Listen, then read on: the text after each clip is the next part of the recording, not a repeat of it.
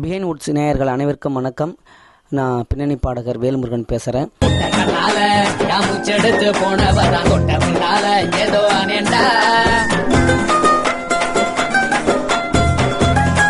எனக்கு சொந்த ஊர் வந்து கடலூர் மாவட்டம் விருத்தாச்சலம் தாலுக்காவில் பக்கத்தில் ஒரு முதனைன்னு சொல்லிட்டு ஒரு சின்ன கிராமம். அங்கே வந்து கிராமிய பாடல்கள், நிறையா சினிமா பாடல்கள்லாம் நிறைய கேட்பேன். அந்த கேட்டதனுடைய அந்த ஆர்வத்தில் நிறையா பாடல் பாடணுன்னு எனக்கு ஒரு நிறைய இன்ட்ரெஸ்ட் வந்தது. அப்படி தான் கொஞ்சம் கொஞ்சமாக என்னுடைய திறமையை நான் வளர்த்துக்கிட்டேன். சினிமாவில் எனக்கு வந்து முதல்ல வந்து ஜேம்ஸ் வசந்தன் சார் தான் எனக்கு வாய்ப்பு கொடுத்தாரு. அவர் வந்து வேறு ஒரு தொலைக்காட்சி மூலமாக என்னுடைய வேறு ஒரு நிகழ்ச்சியில் பார்த்துட்டு அந்த தொலைக்காட்சிக்கு என்னுடைய தொலைபேசி எண்ணை வாங்கி எனக்கு ஃபோன் பண்ணி அந்த மாதிரி ஒரு பாடல் நீங்கள் பாடணும் அப்படின்னு சொல்லி வாய்ப்பு சொல்லியிருந்தார். அப்போ நான் போயிட்டு வாய்ப்பு பாடும்பொழுது இப்போ அவர் இந்த குரல் வந்து டைரக்டர்கிட்ட போட்டு காட்டுறேன், அவருக்கு அது பிடிச்சிருந்ததுன்னா கண்டிப்பாக அது வாய்ப்பு கொடுப்பாரு, அப்படி இல்லைனா இல்லை அப்படின்னு சொல்லிட்டாரு.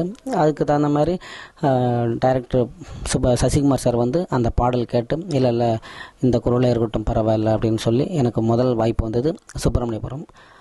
அது மதுரை குலுங்க நீ நையாண்டி பாடு, அந்த பாடல் தான். அது யுகபாரதி அவர்கள் எழுதின பாட்டு. குங்குமப்பூம் கொஞ்சிபுரம் 2வது படம், யுவன் சங்கர் ராஜா சார் அவருடைய செயலை நான் பாடினது. 3வது வந்தது வந்து ராஜா சார் அவருடைய படம் கண்ணுக்குள்ளேன்னு ஒரு படம். அதில் வந்து பாட்டு கேட்க சுத்துது பூமி, அந்த பாடல் பாடுறதுக்கு வாய்ப்பு கிடைச்சிது. அதுக்கப்புறம் தினா சார் அவருடைய செயலை, வெடிகுண்டு முருகேசன், மாலையன், இதெல்லாம் அவருடைய செயலை பாடினேன். இந்த மாதிரி ஒவ்வொரு இசையமைப்பாளர்கிட்டையும் கொஞ்சம் கொஞ்சமாக அப்படியே பாடுறதுக்கு வாய்ப்பு கிடச்சிது. அப்புறம் சுந்தர் சி பாபு சார் அவருடைய இசையில் கிட்டத்தட்ட என்னுடைய 10வது படமாகவே 11வது படமாகவே நாடோடிகள் வந்தது. அந்த படத்தில் வந்து ஆடுங்கடா மச்சான் ஆடுங்கடா கபிலன் அவர்கள் எழுதின அந்த பாடல் வந்து சமுத்திரகனி சார் அவருடைய இயக்கத்தில் நாடோடிகள்ங்கிற படத்தில் வந்த ஒரு பாடல். அதில் வந்து எனக்கு அந்த வாய்ப்பு கிடச்சிது, ரொம்ப சந்தோஷமாக இருந்தது. அதுக்கப்புறம் வந்து நிறையா படங்கள் வந்து இமான் சார் அவருடைய இசையில் தம்பிக்கோட்டை, இந்த மாதிரி ஏகப்பட்ட படம் வந்து, அப்புறம் தேவன் சார் இசையில் வந்து பலே பாண்டியா, அப்புறம் நூறு சார் இசையில் வம்சம், இந்த மாதிரி பல்வேறு படங்களில் பல்வேறு வாய்ப்புகள் எனக்கு அமைஞ்சது. இதெல்லாம் நான் பாடிக்கிட்டு இருந்தேன். இப்படிலாம் பாடிக்கிட்டு இருக்கும்பொழுது தான் எனக்கு சன் பிக்சர் அவங்க படத்தில் வந்து எனக்கு வாய்ப்பு கிடச்சிது. அதாவது ஆடுகளம் திரைப்படத்தில் வந்து வெற்றிமாறன் சார் அவர்கள் மூலயமாக கவிஞர் ஏகாதேசி அவர்கள் எழுதின ஒத்த சொல்லால் அந்த பாடல் வந்து ஜிவி பிரகாஷ் சார் அவருடைய இசையில் எனக்கு அந்த வாய்ப்பு கிடைச்சிது. அந்த பாடலுக்கு இப்போ அண்மையில் நடனத்துக்கு தேசிய விருது அறிவிச்சிருந்தாங்க. அதுக்கடுத்து வந்து இப்போ நிறைய படங்கள் வந்துக்கிட்டு இருக்கு. இதுக்கு முன்னாடி வந்து அவன் இவன், அழகர் சாமியின் குதிரை, எத்தன், இந்த மாதிரி ஏகப்பட்ட படம். கிட்டத்தட்ட இது வரைக்கும் வந்த படங்கள் வந்து குறைஞ்சது ஒரு 75 படங்கள் இருக்கும். இதுக்கு அப்புறம் நிறைய படங்கள் இப்போ வர இருக்குது. இப்போ ஹிட்டான பாடல்கள்லாம் உங்களுக்காக.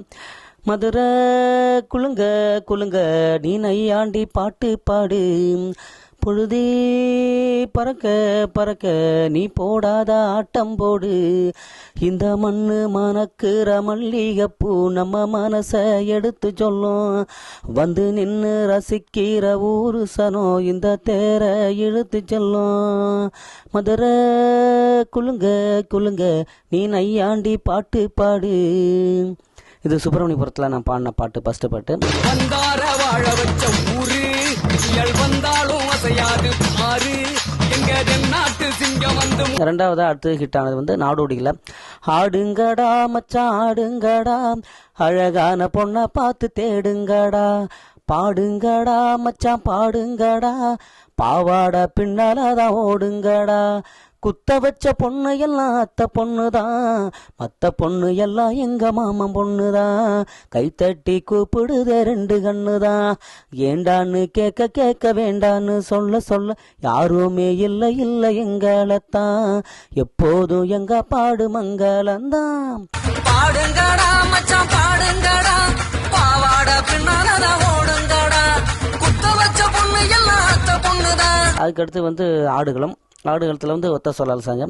ஒத்த சொல்லால என் உசுரெடுத்து வச்சு கிட்டாரட்ட கண்ணால என தின்னாடா பச்சை தண்ணி போல் அட சொம்புக்குள்ள ஊத்தி வச்சு நித்தங்குடிச்சு என கொண்டாடா அட பொட்ட காட்டுல ஆலங்கட்டி மழை பெஞ்சு யாரொன்னு ஓடுறத பாரு அட பட்டாம்பூச்சித என் சட்டையில ஒட்டிக்கிச்சு பட்டாசு போல நான் வெடிச்சேன் முட்டை கண்ணால என் மூச்செடுத்து போனவதான் தொட்ட பின்னால ஏதோ ஆனேண்டா.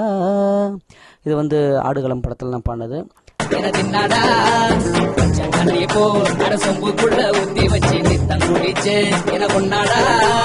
அதுக்கடுத்து இப்போ அவன் இவன்ல நானும் ஹரிச்சரணம் பாண்டது.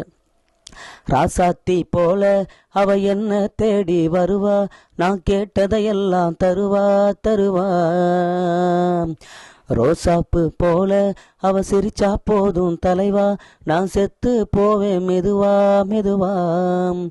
அடியாத்தி அடியாத்தி என் கண்ணுல சில நாளா நான் தூங்கல, வருவா அவ வருவா என தாலாட்ட. ராசாத்தி போல அவ என்ன தேடி வருவா, நான் கேட்டதையெல்லாம் தருவா தருவா. நீ கேட்டதையெல்லாம் தரவா தரவா. இப்போ வந்து முனி பாட்டு காஞ்சனாவில் வந்து ஒரு நல்ல மக்களுக்கு எல்லாம் ரொம்ப ஜாலியாக பிடிச்சது. சின்ன வயசில் நான் கிராமத்தில் வந்து ஒரு பசங்களோட சேர்ந்து விளையாடின ஒரு பாடல் அது. அந்த பாடலை வந்து பாடுறதுக்கு இப்போ விவேக சார் அந்த பாடலை அவர் எழுதியிருக்காரு. பல்லவி சரணம் அப்படின்னு இருக்கும்பொழுது அந்த பல்லவி வந்து சும்மா கோரஸாக பாடும்பொழுது இந்த பாடலே இந்த வரியை அப்படியே வச்சுக்கலான்னு சொல்லி அது வாய்ப்பு கொடுத்தாங்க. உங்களுக்காக அந்த பாடல் பொழுது.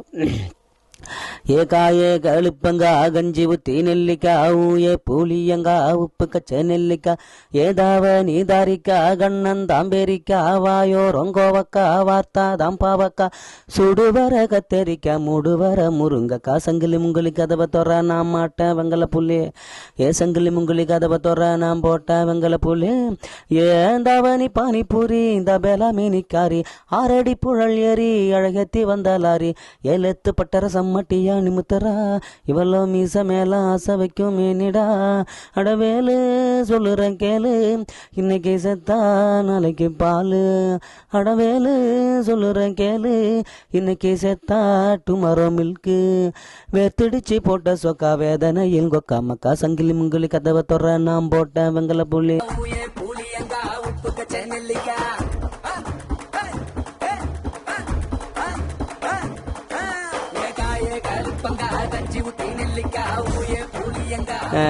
அப்போ இருக்கிற காலகட்டங்களில் வந்து திறமசாலிகள், அதாவது எல்லாருமே நம்ம கிராமத்து மக்கள்லாம் நிறைய கிராமிய பாடல்கள் பாடுறதுல, ஏன்னா அவங்கெல்லாம் வந்து எதை நினச்சாலும் அப்படியே எடுத்து பாடுவாங்க, எதை வேணாலும் அப்படியே மைண்டில் தோன்றத பாடுவாங்க. அந்த மாதிரி பாடல்கள் எப்பயுமே வந்து ஒரு இப்போ இருக்கிற கர்நாடிக் சங்கீதமே வந்து எப்படி தோன்றுச்சுன்னா நம்மளுடைய கிராமிய பாடல்கள்னு தோன்றுச்சுன்னு தான் சொல்லுவாங்க. ஏன்னா எடுத்தவுடனே கர்நாடக சங்கீதம் தோன்றதுலேருந்து எல்லாருக்குமே தெரியும்.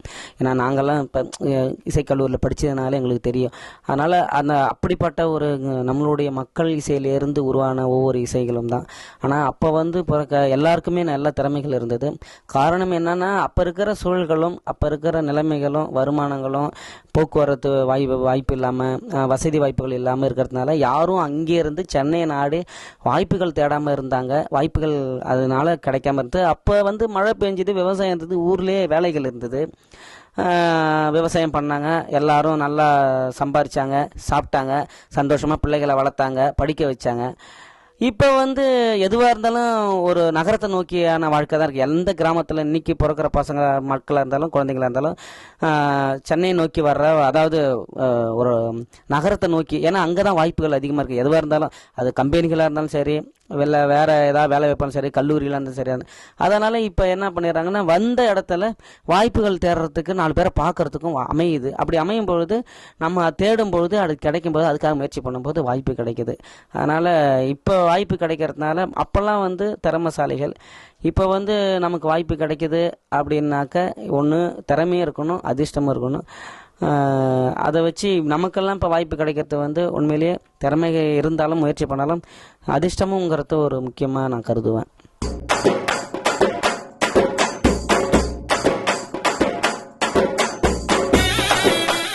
இப்போ என்னென்னா சினிமாவில் பாடும்பொழுது வேறு எந்த சூழல்கள் நம்மளை சுற்றி நடந்தாலும் அது பெருசாக நினைக்க மாட்டோம். ஏன்னா நமக்கு தேவை ஒரு நல்ல வாய்ப்பு வந்திருக்குது, நமக்கு அதை யூஸ் பண்ணிக்கணும், அதுதான் நமக்கு முக்கியம். மற்றபடி நமக்கு வேறு எதுனாலும் நம்ம யோசிக்கக்கூடாது. அதனால் என்ன பிரச்சனை வந்தாலும் சரி பரவாயில்லன்னு சொல்லிட்டு அந்த மாதிரி நினச்சி அந்த மைண்ட் செட்டப்லேயே முதல்ல நாங்கள் வந்து பாடுறதுக்குன்னு வாய்ப்பு ஃபோன் வந்த உடனே அப்படி தான் நினச்சி உள்ளே போவோம். உள்ளே போன உடனே அவங்க சில பேர், ஏன்னா பாடகர்கள்லாம் கதை தெரியாது அவ்வளோவா, படத்தினுடைய கதை தெரியாது. அவங்க பாடல் வரியை கொடுப்பாங்க, டியூனை கொடுப்பாங்க. ஆனால் அந்த படத்தினுடைய கதையை வந்து அந்த ஹீரோ பாடுற மாதிரி அது என்ன மாதிரி சாங், ஒரு சந்தோஷமான சாங்னா சந்தோஷமாக பாடணும், சோகமானா சோகமாக பாடணும், இல்லை ரெண்டுமே கலந்த மாதிரி பாடணும், இல்லை வெறுப்பாக பாடணும். இப்போ இதையெல்லாம் மைண்டில் ஏற்றிக்கிட்டு புது வரிக்கு புது வாய்ஸை கொடுக்கும்பொழுது அதுக்கு ஒரு உயிரோட்டம் கொடுக்கணும். ஏன்னா அந்த ஒரு தடவை பாடுறது தான் ரெக்கார்ட் ஆச்சுன்னா அது 1000 வருஷமாக இருந்தாலும் சரி, இந்த உலகம் இருக்கிறவங்க சரி, திரும்ப திரும்ப கேட்கும்பொழுது அதனுடைய அந்த வரிகளினுடைய தன்மையும் அந்த வாய்ஸினுடைய குரலும் வந்து நல்லா இருக்கணும். அப்போ அந்த அளவுக்கு நல்லா இருக்கிறதுக்கு நாம் முயற்சி பண்ணி பாடணுங்கிறது தான் பாடல்களுடைய இது. ஆனால் மேடையில் பாடும்போது அப்படி கிடையாது. அன்னைக்கு தொண்டை சரி இருந்தாலும் சரி, இல்லைனாலும் சரி, இல்லை சுதி விட்டாலும் சரி, சுதி விடலாம் சரி, இல்லை தாளம் விசாலும் சரி, இல்லை மைக்கு நல்லாலும் சரி, அது அந்த செகண்டோட அந்த நேரத்தோட முடிஞ்சிட போகிற ஒரு விஷயம். ஆனால் இது அப்படி கிடையாது. ரெக்கார்டிங்கிறது வந்து பிறக்கிற குழந்தையும் கேட்கும், வயிற்றில் இருக்கிற குழந்தையும் கேட்கும், திரும்ப பிறக்க போகிற குழந்தையும் இந்த பாடல் கேட்கும். அந்த மாதிரி இருக்கிற பாடல்களுக்கு வந்து நம்ம எந்த அளவுக்கு பாட போகிறோம், நம்ம எப்படி பாட போகிறோம், நம்ம அதை எப்படி பாடுனா அதை உள்வாங்கி ரசிக்கணும், மக்கள் ரசிப்பாங்க அப்படிங்கிறதுக்கு தகுந்த மாதிரி அந்த பொருள் உணர்ந்து, வார்த்தைகள் உணர்ந்து, வரிகளை உணர்ந்து, அந்த சுச்சுவேஷனை உணர்ந்து தகுந்த மாதிரி பாடணும். அப்படி பாடுற விதம் தான் ரெக்கார்டிங்க்கு. மேடையில் பாடுறதுக்கு நம்ம அது பிரச்சனை இல்லை, அது எப்படி பண்ணாலும் அந்த நேரத்தில் கை தட்டிட்டு அனுப்பிச்சிருவாங்க மக்கள்.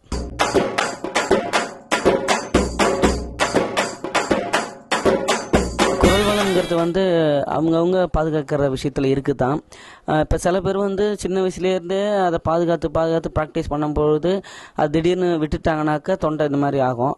இப்போ நானும் சின்ன வயசுலேருந்து அப்படிலாம் கிடையாது. அதாவது கூழாக இருந்தாலும் குடிப்போம், கஞ்சி இருந்தாலும் குடிப்போம், சோறாக இருந்தாலும் சாப்பிடுவோம், பிரியாணி இருந்தாலும் சாப்பிடுவோம், எது வேணாலும் சாப்பிடுவோம், அதேமாரி எந்த தண்ணியாக இருந்தாலும் குடிப்போம். அது அப்படி இருக்கும்பொழுது இப்படி தான் செய்யல. ஏன்னா நான் காட்டு மேட்டெலாம் கஷ்டப்பட்டு வளர்ந்து ஆடி பாடி அப்படி குரலை வளர்த்துது. அதனால் இப்படி தான் இல்லை. ஆனால் என்ன ஒன்றுனா, என்ன மாதிரி தான் குரல் அழகாக இருந்தாலும் அழகாக இல்லைனாலும் மியூசிக் டைரக்டர் சொல்லி கொடுக்குற மாதிரி அதை உள்வாங்கி பக்காவாக பாடுற விதத்தில் தான் நம்மக்கிட்ட இருக்குது. அதை சரியாக பாடிட்டோம்னா நம்ம எம்மா வேணாலும் பாடலாம். எவ்வளோதான் குரல் நல்லா இருந்தாலும் அங்கே போய் அவங்க சொல்லும் போது நம்ம சரியாக பாடணும் வச்சுக்கலாம், குரல் நல்லா தான் இருக்குது, ஆனால் நம்ம சொல்கிறத அவன் ஒழுங்காக பாட மாட்டேங்கிறான், வேஸ்ட் அப்படின்னு சொல்லிட்டாங்கன்னா முடிஞ்சு போச்சு. அப்புறம் வீட்டில் உட்காந்துருக்க வேண்டியதாக சும்மா வச்சுக்கோம். அதனால் நமக்கு குரல் நல்லா இருக்குதுனாலும் நல்லா இல்லைனாலும் உள்வாங்கி பாடுற விதத்தில் வந்து நம்மளை வந்து தயார் பண்ணிக்கணும், அதுதான் முக்கியம். ஆனால் நானும் இது வரைக்கும் ப்ராக்டிஸ் பண்ணினது கிடையாது.